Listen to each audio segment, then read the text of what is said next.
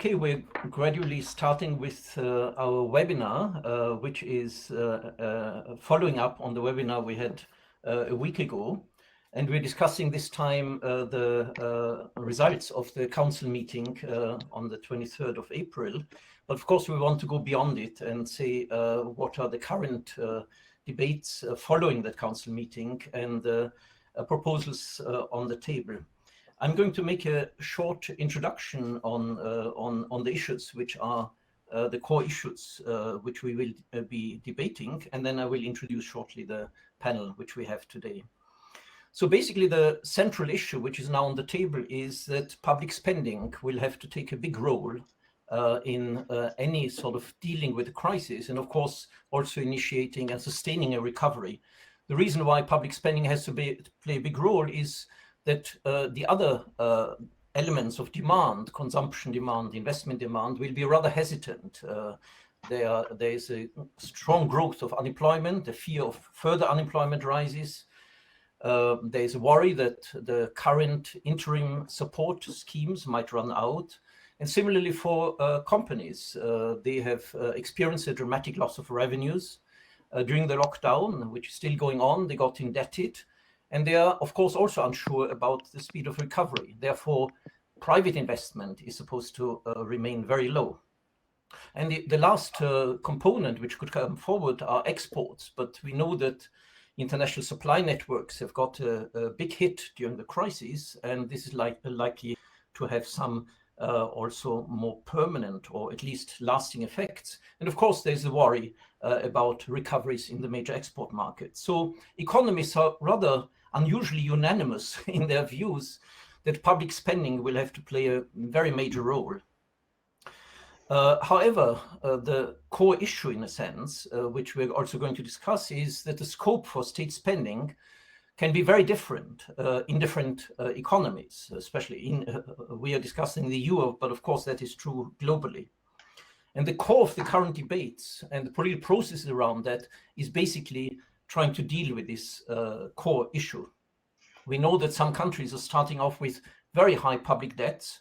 Italy, I'm giving the numbers for 2019, has a public debt to GDP ratio of 136%, Greece 175%, Portugal 120%, Spain 97%, Belgium 99%. And hence, in principle, their access to financial markets would be limited and quite costly if the ECB would not act very, very strongly to counteract this differential access to financial markets. More recently with this so-called PEP program, the Pandemic Emergency Purchase Program. However, we can see that financial markets are still very fickle in this respect. The interest rate spreads are still quite volatile, and recently interbank lending rates have risen quite strongly again. And of course, economists have long advocated there is a strong asymmetry between ECB response and the fiscal response at the EU level. So what we want to discuss today is the various proposals to facilitate a joint, rather strong fiscal response across the Eurozone. But of course, we also should consider the EU as a whole beyond the Eurozone itself, which goes beyond the short-run responses which have been proposed the week before that by the Eurozone finance ministers and agreed this week by the Council. These we have debated already last time, so we won't spend much time on it. But they were basically loan programs using the European Stability Mechanism for health-related expenditure, the European Investment Bank for SME support, and a rather innovative new program, the SURE program, to support short-term work. So these were loan programs, and therefore, in terms of the overall impact on providing a major fiscal boost to different economies, they are quite limited. The estimates are basically the difference by which you could borrow in these schemes compared to what you could borrow with the intervention of the ECB on financial markets. And therefore, there's a rather limited interest rate subsidy, implicit subsidy in these schemes. But now the debate is about a much bigger fiscal bazooka, if you might call it, which has been raised in the Euro fiscal finance ministers meeting as a fourth item of their list, which was the so-called European Recovery Fund. And there are now various discussions how this needed big fiscal stimulus at the EU level should look like. And this is what we are going to discuss initially. The proposals on the table is a very stronger use of the EU budget itself, an increase in the so-called headroom, which exists in every EU budget, but this headroom space, which is the difference between commitment and guarantees by the member states, if necessary, that they would provide the guarantees for borrowing by the EU Commission, and the extra spending that should be raised from 1.2 to potentially 2% of EU level GNI, which allows the European Commission to borrow on financial markets, as long as there are capital guarantees made by member states. And this should be integrated in a sense in the discussions and in the over the multi-annual financial framework, the so-called MFF, which, as we know, are really the results of very complex and complicated political discussions. And of course, the debate is very much about in which form the support will be given, in grants or loans, and the distribution between these two forms. There are further issues, like the role, again, of the European Investment Bank, which is an institution which in the past has provided bonds, collective bonds, at the EU level in the so-called Juncker plan, and which might be an institution which could issue joint bonds. So these are the proposals on the table, and we're going to discuss that. There are also other issues which are important, like when are the fiscal rules, which are part of the Stability and Growth Pact, are going to be reimposed.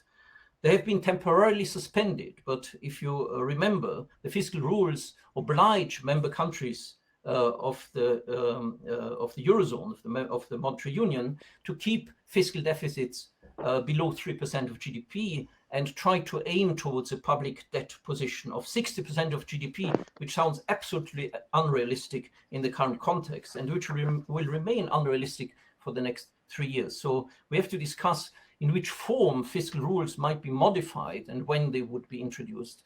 And there are, of course, other issues, like what will happen to the single market if the fiscal firepower is so different across different economies, when governments intervene individually and differently with different means to support enterprises and sectors. What impact will it have on the coherence of the single market? So let me now turn to the panel and introduce them very shortly, and we're going to discuss these issues together.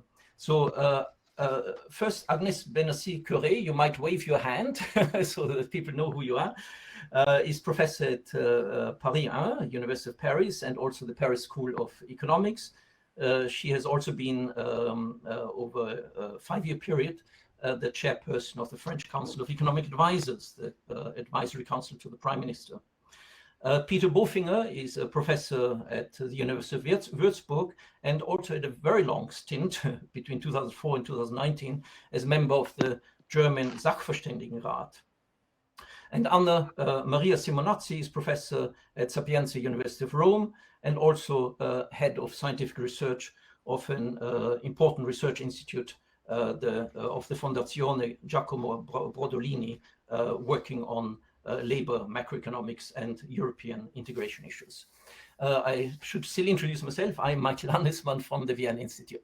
So let me first come to your reactions to these proposals and the council meeting last week.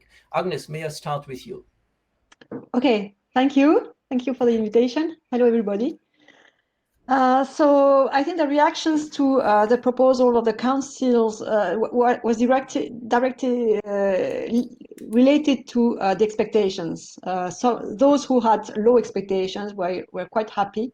Those who had more expectations were unhappy. I think we need to come back to the objectives of the EU response. I would see 3 objectives. The first one is to share the cost of the crisis, since this crisis is more and more likely to have an asymmetric impact across the EU. So this would justify some grants. Second objective is to avoid sovereign debt crisis. So this has to do with ensuring a member state that I can borrow at very long term with a very low interest rate. So you, in your introduction, you mentioned the fact that the interest rate subsidy is quite limited, but I think the most important part is the insurance, the fact that a member state can be sure of the debt service for a very long period. So this is very important. And third is the relaunch of the EU. And this has to do with so-called repair and reconstruct, repair the corporate balance sheets, but also carry out investments and restore the supply chains, which I would say is the interest of everybody. Think about the car industry. I think the car industry in Germany, the industry is saying that they cannot start again without Italian firms being restarted too. So this is completely interconnected. So then the instruments need to address these three concerns.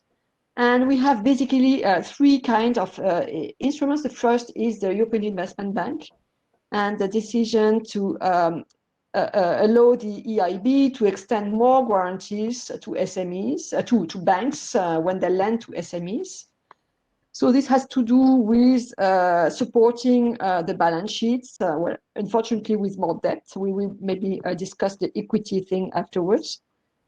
Second issue is how to ensure member states in their liability management. And this has to do with the ESM, new credit line, and the SURE of the Commission. So to extend loans at very low interest rates over long maturities. And here, you can be I was disappointed that the Council was not explicit about the maturities of the ESM credit lines. This is absolutely key, because obviously a member state is not going to accept a credit line over 2 years, because after the 2 years, we will still be kind of crisis, and the ability to repay will be limited, and then automatically you will get a fully fledged ESM program. This is a big political risk. And finally, and maybe the discussion today will be mostly about this, the so-called recovery fund that would cover itself several objectives. And this makes the discussion not so easy. There is an issue of cost sharing. If, for instance, the contribution of each country is different from its benefit in terms of the distribution of the benefit in terms of spending.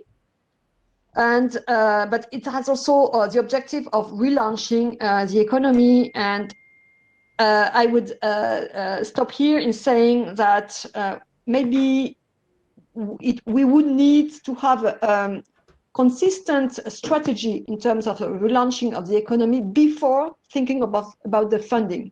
What is really lacking today is what is the strategy with sectors like airlines or tourism, but also with SMEs, with equity versus debt, with the green economy. So we don't really see the strategy, the EU strategy after COVID. Thank you, Agnes. Peter, you want to continue? Yeah, thank you very much for inviting me, and welcome to everybody who's listening. I see we have a quite international audience here listening. So first of all, I think before discussing these council decisions, I think it's important to make clear what kind of crisis we are facing. And it's, as the IMF said, the most severe crisis since almost 100 years. And what is important, according to the IMF forecast, countries in Southern Europe will be most seriously affected. They have the strongest decline in their GDPs. And I think when we talk now about recovery or restarting the economies, I think this is almost a little bit premature. So I would like to differentiate three stages. I think the first stage is the absolute lockdown that we have experienced right now. But once this lockdown is now coming to an end, we are not back to normal. We are in a stage which is called new normal, but in this stage we have lots of restrictions and we are far away from normal economic life, especially I think for the countries in Southern Europe. It will mean that the whole tourist season will not happen. So this new normal is still a situation which means very severe hardship for the economies, especially in Southern Europe. And then I would say we have a third stage, And the third stage is once Corona has been successfully defeated and we can go back to the life that we had before. But I think when we talk about recovery and all these things, this is more for stage 3. Right now we are in stage 2, and stage 2 means that we still have to cope with a lot of negative implications, as Michael said it, with severe demand and supply shocks. And that means a lot of money will be needed, and this money is not yet available for new ideas, for green development. The money is really needed to fill the gaps in the pockets of the workers who lose their jobs, who work short time, the gaps in the balance sheets of companies who have still to make fixed payments, but their revenues decline. And there's a huge amount of money needed. And as Agnès said it, we have to find out, will the money that the private sector gets from the state, will it be loans, will it be equity? But a huge amount of money is needed, and I would think that at least it will cost all countries 10% of GDP or even more. And then we come to the problem that has also been raised, that countries in Southern Europe have already very high debt levels. And for Italy, I think the IMF expects more than 150% debt to GDP, and probably it will be 160 and more. And of course, this then raises the problem of the sustainability of this debt, of the stability of the euro. If countries like Italy have very high debt levels, once Corona is over, then the markets might doubt the sustainability of the Italian debt, and this, of course, could lead to another to a euro crisis once the Corona crisis is over. And I think this framework explains the need of what has to be provided by the governments, and compared to these huge requirements, I would say what has been reached so far is I would say it's peanuts. It's the main problem of the Council decision, which goes back to the Eurogroup decision, is that all the money that is provided are loans. It's not transfers. And even if Italy gets 2% of GDP from the EMS, it's still loans. And as Agnès said, it's also unclear under which conditions and which maturities this money will provide it. So what is needed is obviously a mechanism that is able to provide substantial transfers to the member states. And I would not necessarily see would not see the necessity that the money that is raised by a fund is given in a non-proportionate way to the member states. I could imagine a fund that raises an amount of 5 or 10% of GDP, and each member state gets a transfer from this fund of 5 to 10% of GDP. I think that would be maybe easier to sell to all the member states. And the logic of this fund would be that it raises money in a way that it does not increase the debt level of the member states. And therefore, it must be money raised by the European Union, by the European Union, or it could also be in the form of intergovernmental trading. And the funding of such a fund could be, I think that's a Spanish proposal, by a perpetual bond. I think it would be possible to sell this on the markets. And so with this perpetual bond, there would be no discussion of who is liable for the redemption. So the liability would be only for the interest payments, and this would be an amount that would be relatively small. These interest payments then could be made, for instance, from the EU budget, and the member states give some more money to the EU budget, and then they could finance it. So this is what, in my view, is required, and all the proposals that I see so far are much too small. Of course, the problem is that in my country the resistance is extremely strong against such ideas. I don't know why. It was in my view a huge mistake that the Chancellor and also other ministers from the very outset said, no, we don't want Corona bonds. This is the same thing like Euro bonds. Also, that is not really true, because Corona bonds are now for a shock that hits all countries in the same way, a shock for which no country has a responsibility.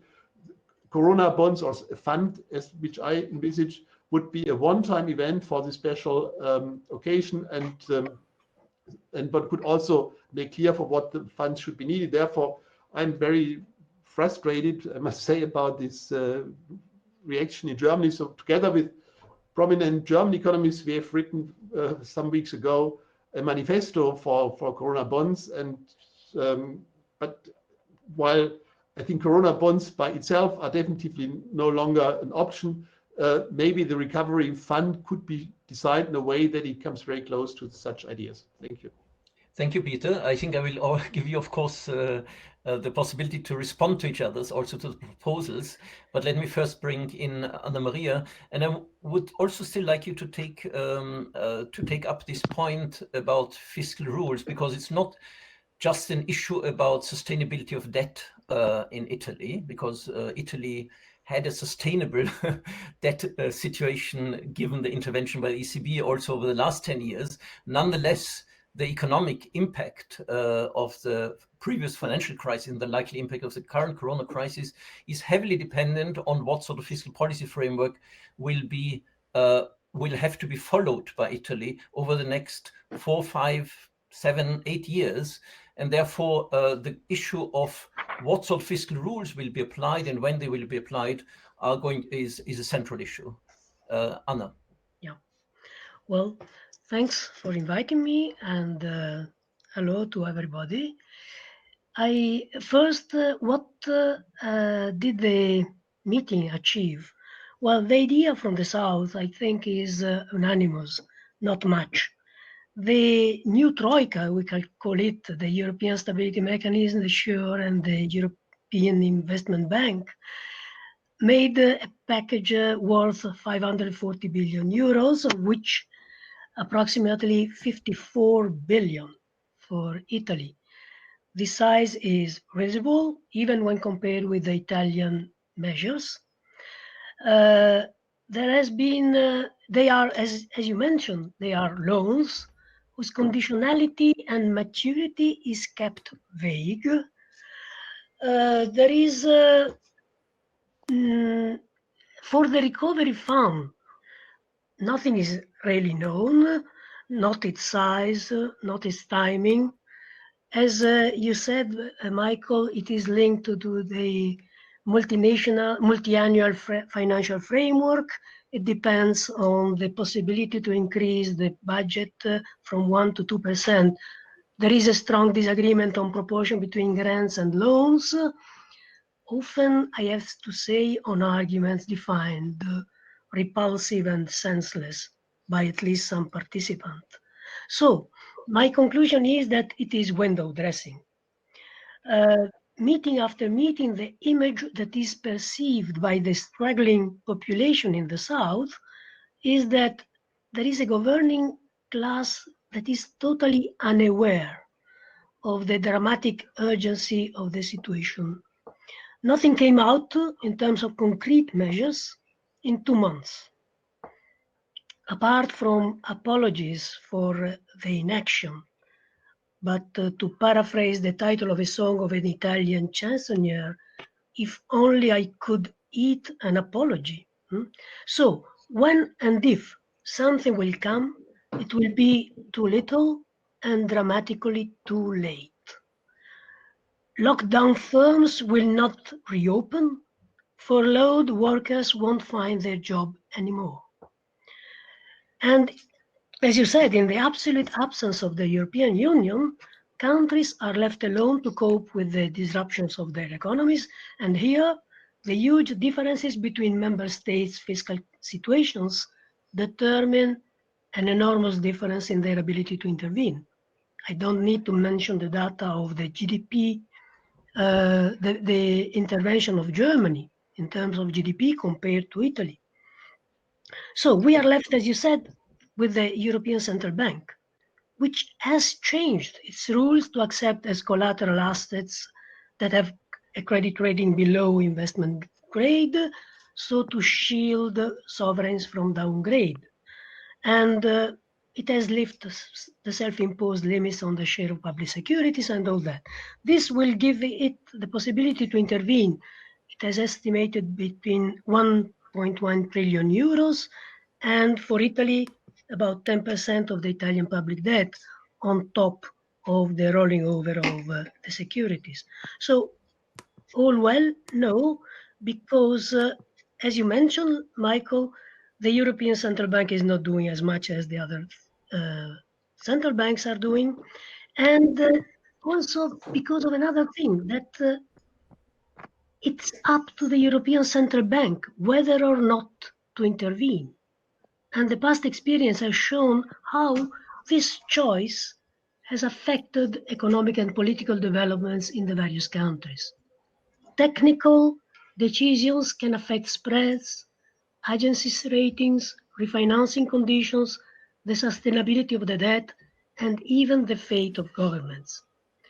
Threats can be very, very effective.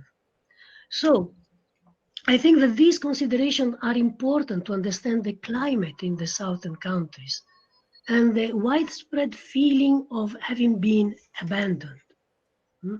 As for the proposals on the table, well, I think that despite its inconsistency, the recovery bond proposal buried any other discussion over alternative solutions. As you said, and as Peter said, there is no more talk about Eurobonds and Corona bonds. No mutualization, full stop. So there are no other proposals on the table, but there are several proposals off the table that perhaps we should consider. As you said, a supranational entity could provide safe assets. Or there is a huge discussion among academics about the possibility of monetization, perpetuities, or very, very long-term bonds backed by the European Central Bank or bought in the primary market. This is not allowed. And then buried for good. I think that, and here I come to the second point, that any proposal has to confront to the fact that Italy is the third largest public bond market in the world. And as you mentioned, piling loans on stricken countries risks causing a new sovereign debt crisis. There is a concrete risk of disintegration, and there is a general interest to avoid it. As Munka put it, exit from the crisis should be dealt with not as a question of solidarity, but of self-interest. It should be seen as an insurance risk against default. But once again, I want to stress that there is the urgency of intervening now, because in a month it will be too late, both economically and politically. There is the need, as Peter said, to support the income of households, the credits for the firms.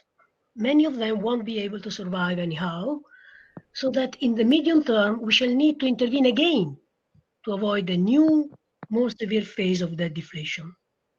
And it seems to me that EU governors are not aware of the degree of the destruction. And now, my last point to answer your question about the fiscal rules. I think there is a misperception which is prevalent in the northern countries about spendthrift south. Italy has been running primary surpluses since the 90s. 30 years of primary surpluses, with the only exception of 2009. Another misconception relates to the refrain, no more gifts. When did this transfer occur? Greece has been stripped to the bone, first to save German and French banks, and then it was dispossessed of the airports, harbors, and firms, both at a bargain price. So I think that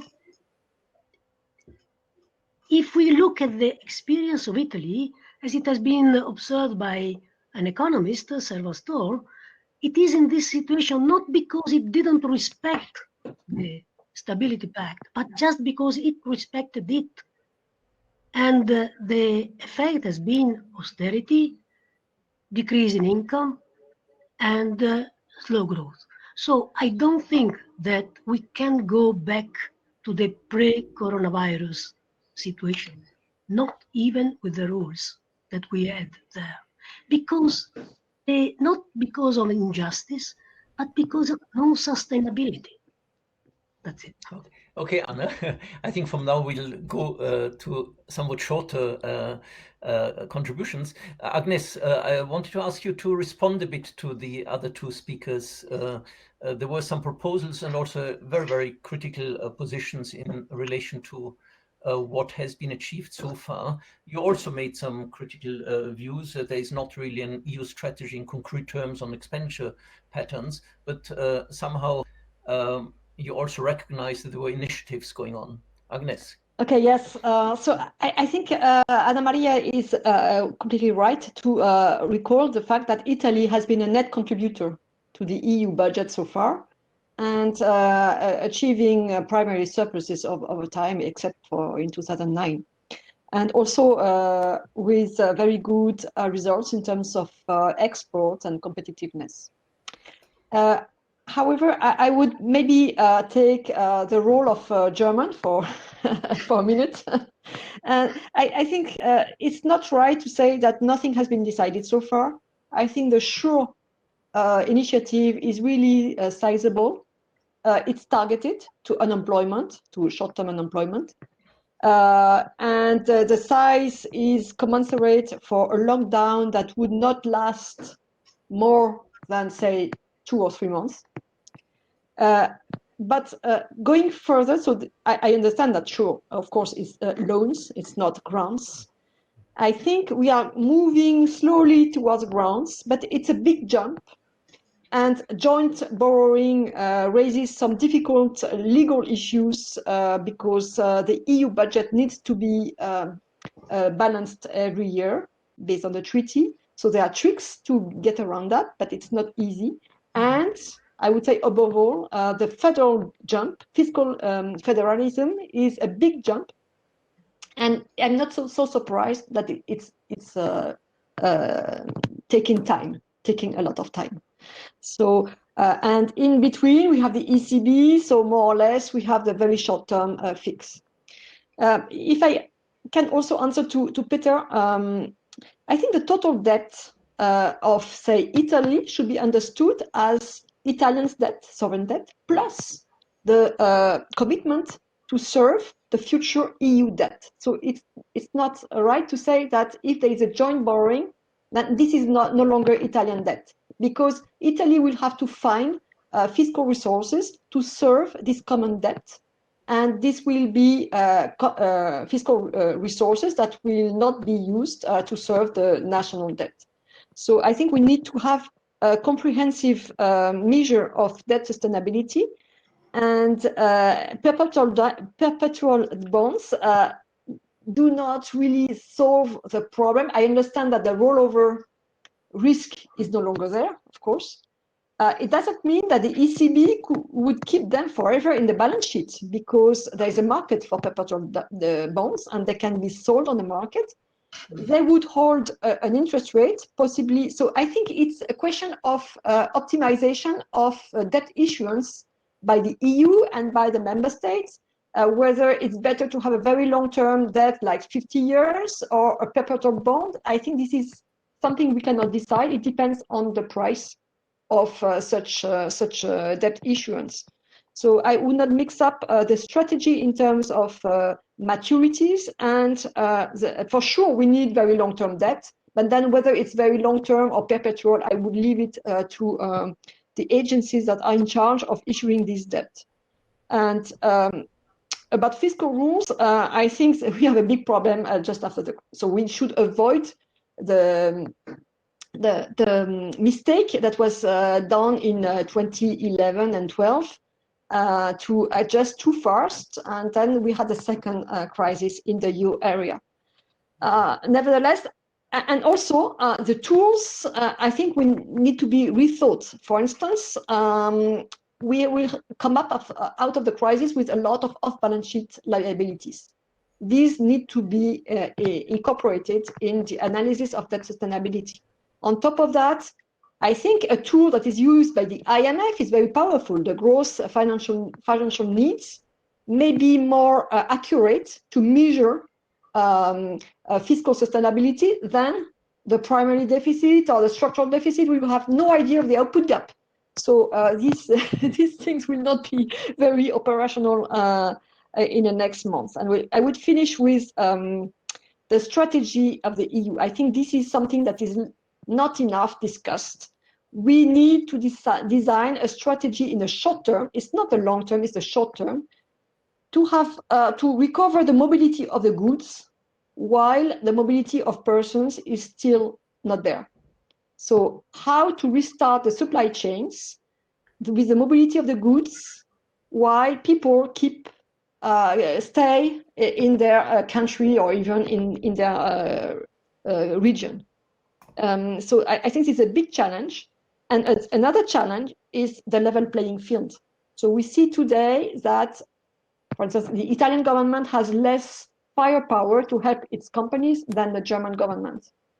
And there's an issue there. So in the very short term, you can understand that, but very quickly, the EU should have a strategy how to so I think the EIB is instrumental there, because the EIB is going to restore a kind of equality of SMEs across the EU.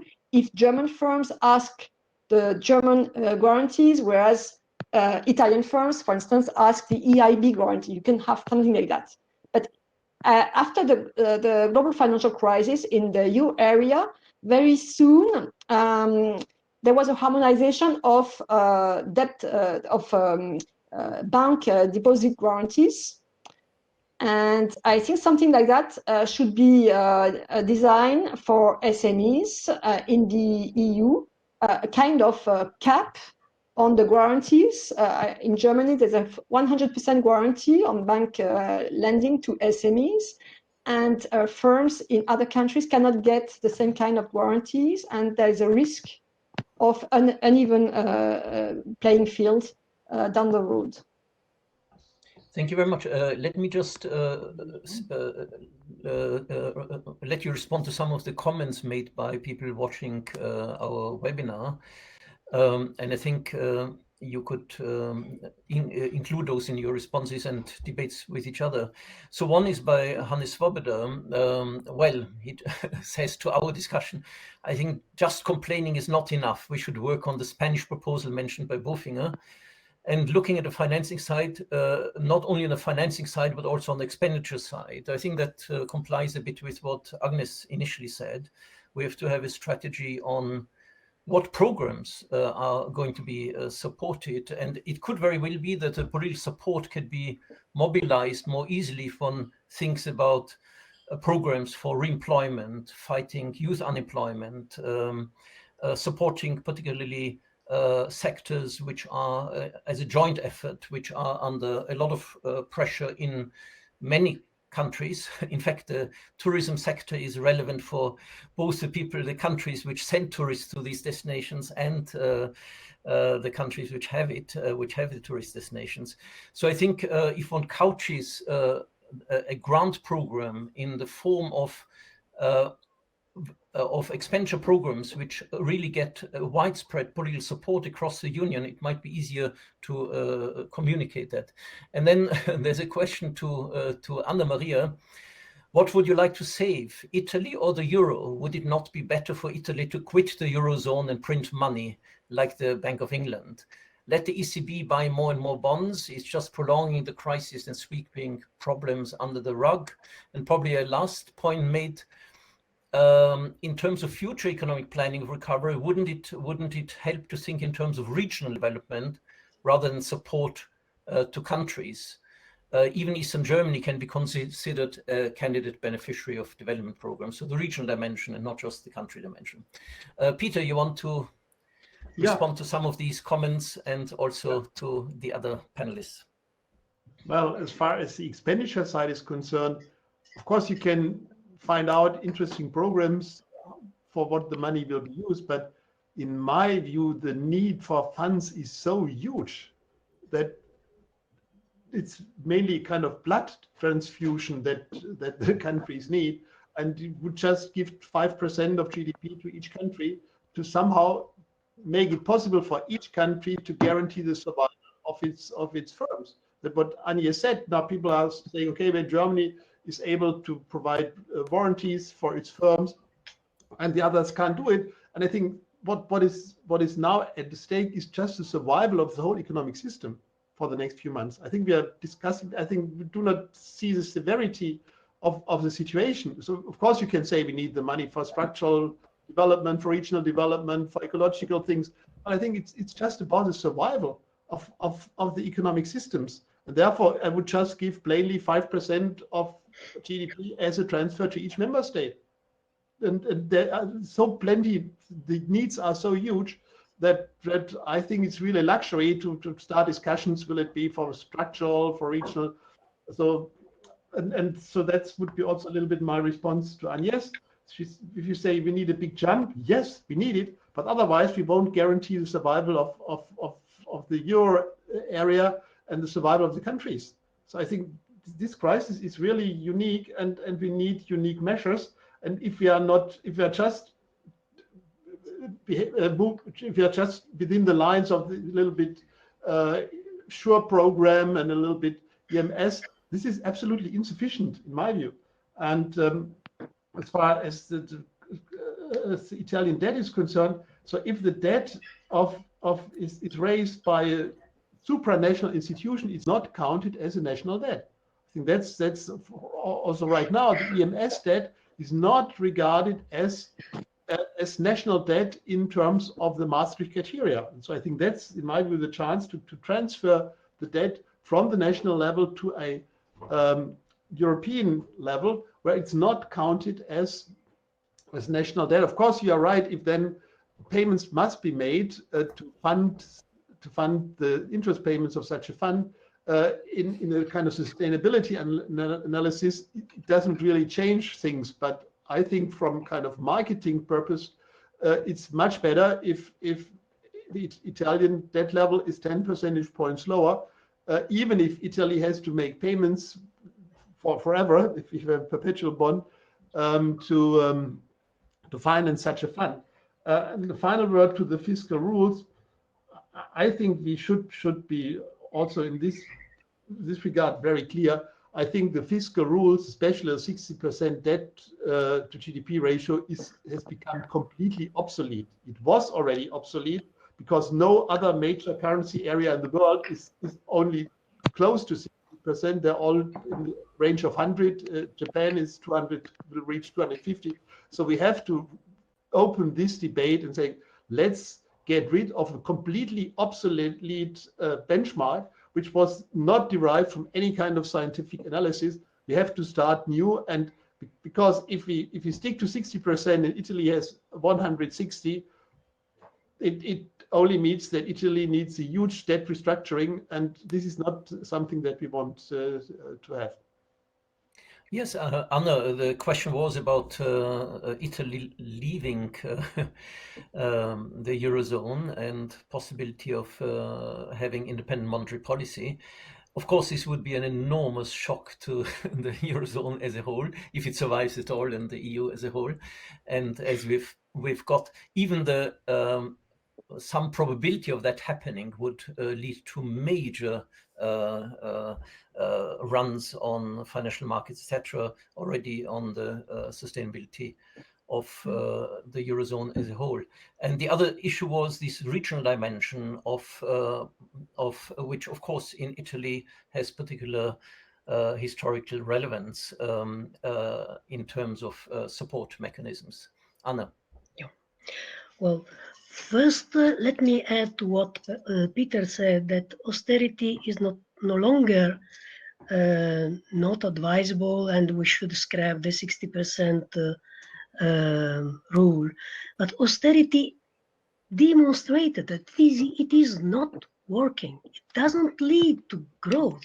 In the Italian experience, it has been a disaster.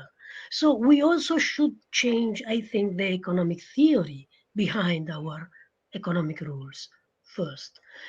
As for the Italy leaving the euro, well, I think that Europe has been a great ideal, and the Italians have always been very pro-Europe until the late years. And I think that Europe could have been and could still benefit all the countries if we change the rules.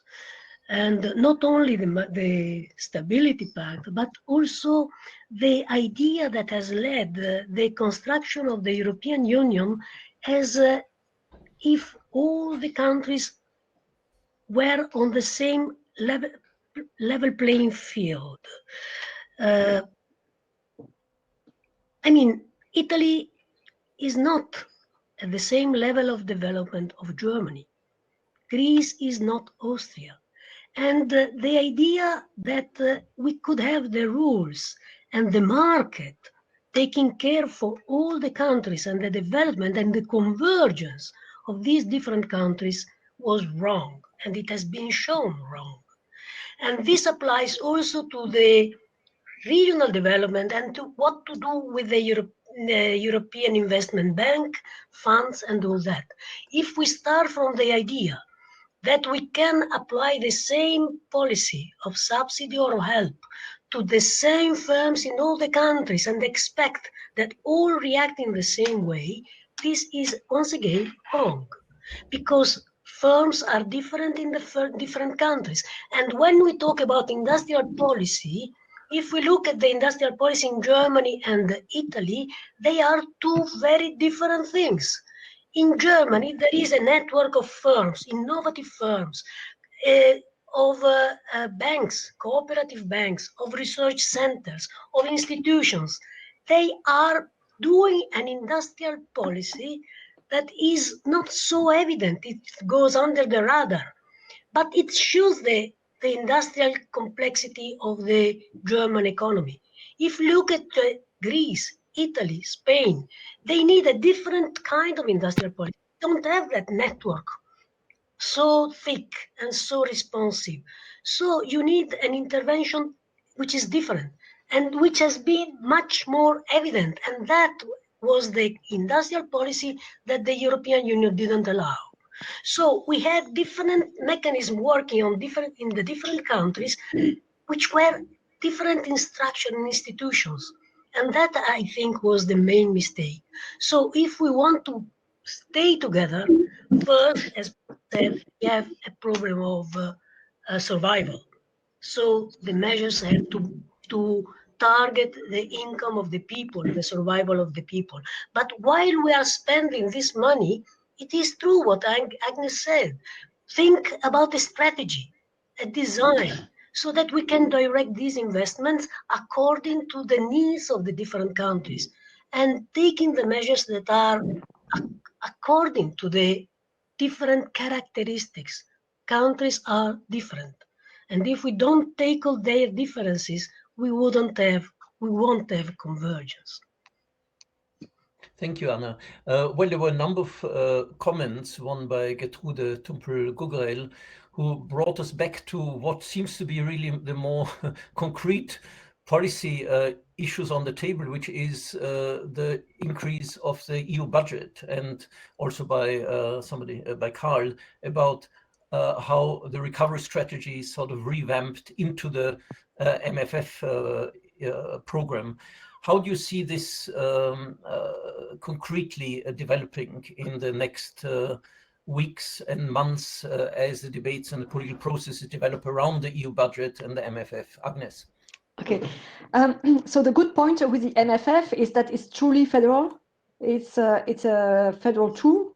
So if we can agree on that, it's really a big jump. So the idea would be to increase the budget, the annual contributions to the budget, and then to frontline the spending. So through borrowing and backing the borrowing on future contributions to the budget. So I think it's an interesting line of thinking. Then the question is how much, and also what to do with the money. So we have a constraint with the treaty that we cannot borrow for spending. We can only borrow for loans. So can this be sorted out so that we can still borrow for spending, or so that this will decide on the distribution between grants and loans, and then also the strategy with it. If we know that the MFF is very rigid. We know that structural funds have been not so successful everywhere. On Greece, I have calculated, so if you calculate the ratio of GDP per capita in Greece relative to Germany since the 1970s, it's a divergence. It's a divergence year after year. And there is an interruption at the beginning of the euro where Greece catches up. And then there is a crisis and it comes back exactly to the divergence path over the long term. So it's the only country in the EU that is like that. If you look at Portugal had a huge crisis, but then the recovery was quite impressive. So I think we should separate the issue of convergence with the euro. The euro may be responsible for some short and medium-term disorder, but not long-term convergence. I don't think that. Back to the MFF, I think it's an interesting advance. Then the question, there is a tendency of the Commission to propose Juncker plan-like solutions where you have a kind of magic leverage from the private sector and you don't know really where the money is coming and you don't know whether it's really additional to other investments. So we should be very careful about that. I wanted also to say that there should be a discussion on the ability of member states to tax, because at the end, what we need is higher ability to tax, and there are two possibilities with that. One is the Spanish proposal to have own resources, new own resources, for instance, based on carbon tax. But are we ready? So a very courageous decision would be to increase, to reduce the volume of quotas, of ETS quotas, to impose a carbon tax while the oil price is so low. So this would be very courageous and would be a sign that we are serious. And using a common carbon tax to repay current borrowing would be a very interesting device, a commitment to be serious about global warming. Because if you don't increase the carbon tax in the future, then you cannot meet your liability commitment. So I think it's quite interesting.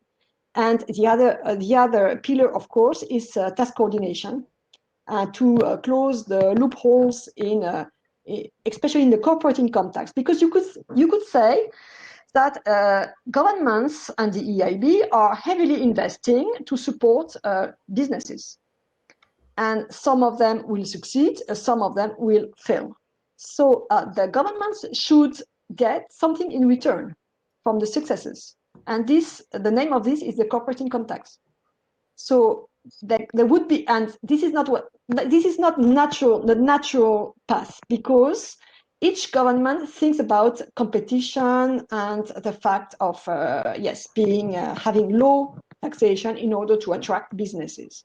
So this is where you really need a coordination, and there is a case after the crisis or in the transition to actually increase the corporate income tax in order to recover some of the costs that have been supported during the crisis. Finally, there was a question about a regional approach. Just a short thing about it. I think it's very interesting. Some time ago, we have introduced the Globalization Adjustment Fund, and it was quite a failure, too complicated. I think there is a case for something like a fund that would support local projects, local investments, and it's like the research programs of the Commission where you apply, and then there's a committee, an independent committee that ranks the projects, and you pass or you don't pass, and then you can evaluate afterwards whether it works or not. So I think we could think about it. We know that national governments find it difficult in terms of popularity, and we know that the people in Europe, they like very much their local representatives. So it could be a way also to distribute the effort at the local level and to have a better governance of it with a reduced number of layers between the money and the project, actually. Thank you, Agnes. Probably we'll have a last quick round, probably in the area more on positive political economy, how you see things evolving given the political processes we observe within countries, but also across the European Union, what is likely to emerge and what sort of pattern of economic development will be the result of that across the European Union? Will it strengthen dramatically the centrifugal forces, or is there enough innovation in policy structures which might evolve given the urgency of the situation, that the coherence of the institutional and policy framework of the Eurozone and the EU more widely might come out quite strengthened? There is also, of course, a political dimension within countries, given the dramatic impact on GDP. There will be likely very strong distributional conflicts emerging within countries. Who bears the cost of lost income, and to which extent do the social support survive in the countries? So I would like you to each address the questions, the more political questions of what will emerge out of these bargaining processes which you observe at the EU level, and what you observe in your own countries in terms of political constellations and the likely systemic features which emerge. Peter, probably first. Yeah, it can be relatively short. Given the insufficient response so far to the crisis, I expect a very severe disaster for the economies in Europe. So the situation will get even worse than the forecast we have so far. And once this disaster manifests, then we will get a turnaround, and then we will hopefully get the willingness to provide what is needed. But I think we first have to go through this disaster, so that we then can overcome all the resistance. And I think it's very sad that we need the disaster. We could avoid it, but so far, if you see it, the responses so far, they will be completely insufficient. Also, what's done via the budget. So we need a very strong, very comprehensive response. And as this response is not forthcoming, we'll see the disaster first, and then hopefully, and I think then we will get the response a little bit like we had in the Euro crisis, when after some time we had first the EFSF and then the ESM. And so I think that will be the same, but it's very sad that it has to go this way. Thank you, Anna. Yeah, well, let me be a bit more optimistic. If there is no change of policy, then the disaster option is on the table. And also because I don't think that the game that has been played in the previous crisis, when one gets right up to the edge of the cliff before acting, can be played again in this situation.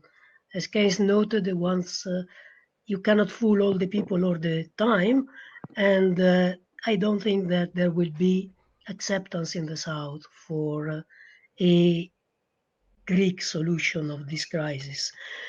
But to be optimistic, I think that the North has nothing to gain from an impoverished South in the current international situations.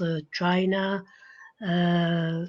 moving inside itself, the America going towards protectionism, in England, Brexit. So I think that this is very clear to many industrial and financial interests in the North, and perhaps also to Mrs. Merkel. So maybe that out of self-interest, there might be some sort of agreement between the financial conditions and the industrial and economic conditions. A growth more based on the domestic market, which means changing all the policies that have been done up to now, because export-led growth cannot go on forever in these conditions. This will mean that we have to change the structure of the economy, the investment, as Agnes was saying, have a strategy. This is the only way which I can see in order to avoid the disaster that Peter was forecasting, which is, by the way, behind the corner.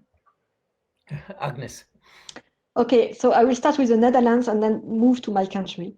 The Netherlands is very much dependent on other EU economies. It's maybe the one that is most dependent on the other ones. If you see simulations of supply chains, cannot recover without the big countries, including southern countries, recovering their productions. So I think there needs to be they need to understand that to move on and to solutions, concrete solutions. Additionally, we are talking about making the EU more resilient to some big shocks that may repeat or may come in other forms.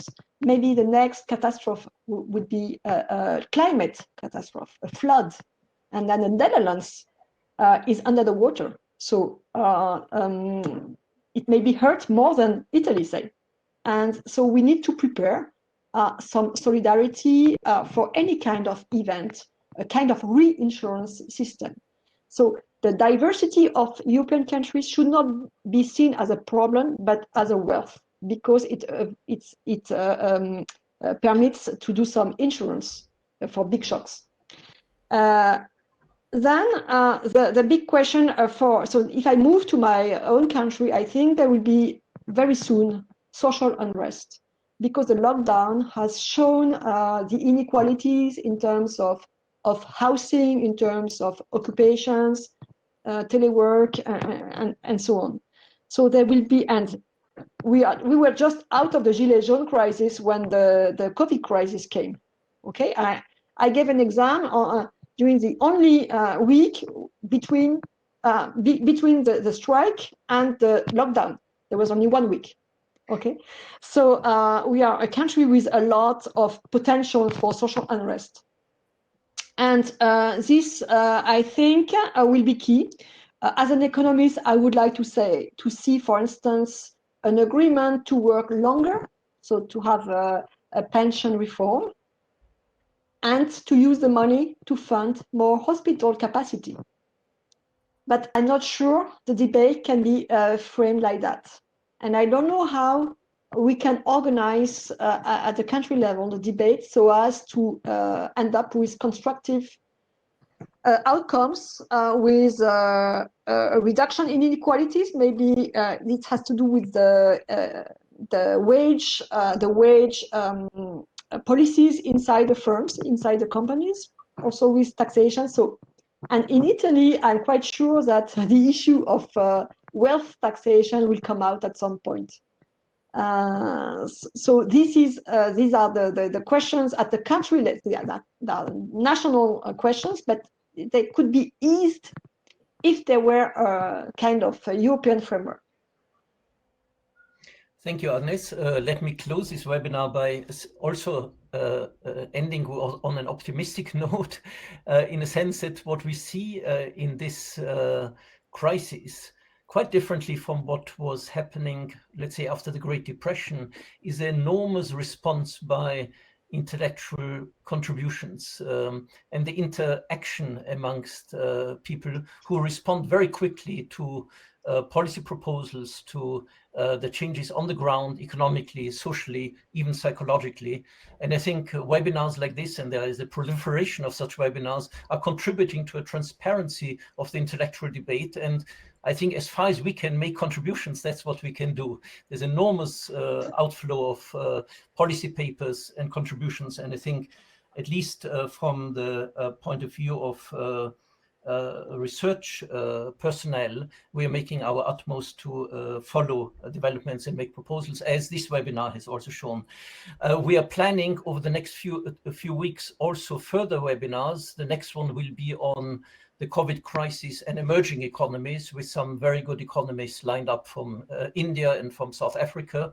And we're going to cover other emerging economies. And we're going to pick up the issue of the social dimension, the differentiation we see in our societies and social policy issues in following the crisis in another webinar. Thirdly, we're going to look at across the Atlantic and have some voices of economists across the Atlantic, how they see the crisis responses, both in the US, but also a view on Europe from across the Atlantic. So thank you very much for participating in this webinar. I think it was a very rich discussion. We haven't solved all the problems, but we've raised a lot of questions, and I hope we can follow that up at another time. Thank you, Anna. Thank you, Agnes. Thank you, Peter. Bye-bye. Thank you, Michael. Bye-bye. Bye-bye.